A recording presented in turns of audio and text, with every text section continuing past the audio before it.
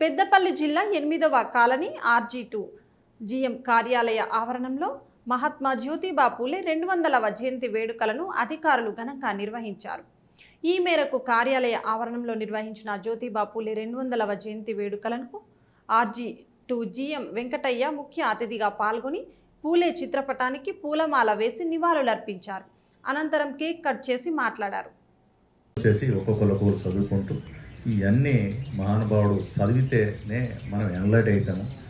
అంతకుముందున్న యొక్క వేదాలు కథలు కాక అన్నీ తెలుస్తుంది. ఏ వేదాలలో ఏ మనిషిని ఈ విధంగా చేయమని లేదు, వీళ్ళు కొత్తగా సృష్టించారు. కాబట్టి ఇవన్నీ ఏవిల్స్ వీటిని రూపుమాపాలని చెప్పేసి పోరాడినటువంటి మహానుభావుడు. అతనితో పాటు నేను ఒక్కరిని చదువుకుంటే సరిపోదు, లేడీస్ని చదివించాలంటే ఫస్ట్ నా భార్యకే నేను టీచర్ కావాలని చెప్పేసి ఆయన భార్యకే టీచర్ అయ్యేసి చెట్టు కింద ఆ భార్య వచ్చేసి అందరికీ చదువు చెప్పడం. అప్పుడు అనిపించేది చదువు ఎందుకు అనిపించేది వాళ్ళకి. ఇప్పుడు కూడా మన ఊళ్ళో చాలామంది ఇప్పటికి కూడా మనకు లిటరసీ రేట్ ఎంత చెప్పండి. లిటరసీ రేటు 74% ఉంది, 74.5%. కానీ అందులో లేడీస్ ఎంత ఉండేది, జెంట్స్ ఎంత ఉంది.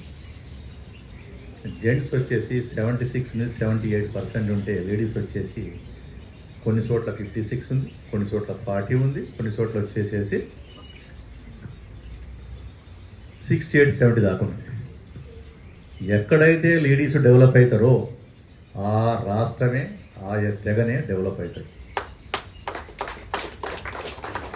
సో కాల్డ్ ఇప్పుడు బాగా ఎకానమీ చూపెట్టేటువంటి రాష్ట్రం ఏది చెప్పండి?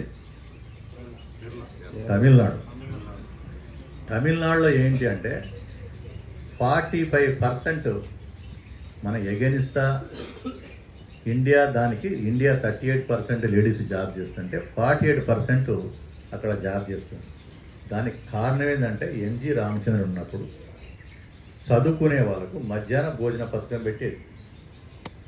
వాళ్ళకు భోజనం పెట్టేటప్పుడు వచ్చేసి అన్న పానీయాలు లేక అల్లాడిపోయే జనాలు. నా పిల్లలు కనీసం ఒక పూటన అన్నం తింటారని చెప్పేసి స్కూల్ పంపించేటప్పుడు అందరూ ఆ విధంగా డెవలప్ అయింది. అక్కడే డెవలప్ అయింది కాబట్టి అక్కడ వచ్చేసి మ్యాన్ పవర్ విత్ ఇంటెలిజెన్స్తో ఉన్నారు. కాబట్టి అక్కడ ఇండస్ట్రీస్, ఎస్పెషల్లీ ఆటోమొబైల్ ఇండస్ట్రీస్, రకరకాల ఇండస్ట్రీస్ అన్నీ అక్కడికి వచ్చినాయి. అందుకు డెవలప్ అయింది. అసలు ఉత్తరప్రదేశ్ చాలా పెద్ద రాష్ట్రం, దానికంటే ఎక్కువ ఎకానమీ చూపడుతుంది. మహారాష్ట్ర తర్వాత రెండవ ఎకానమీ తమిళనాడు. అంటే ఎవరైతే స్త్రీ శక్తి చదువుకుంటే, స్త్రీ ఒక్క అమ్మాయి చదువుకుంటే ఇల్లు మొత్తం చదివినట్టే. కాబట్టే స్త్రీ చదవాలని చెప్పేసి ఆ రోజే జ్యోతిరావు పూలే గారు నిర్ణయించుకొని ఫస్ట్ స్టూడెంట్ వాళ్ళ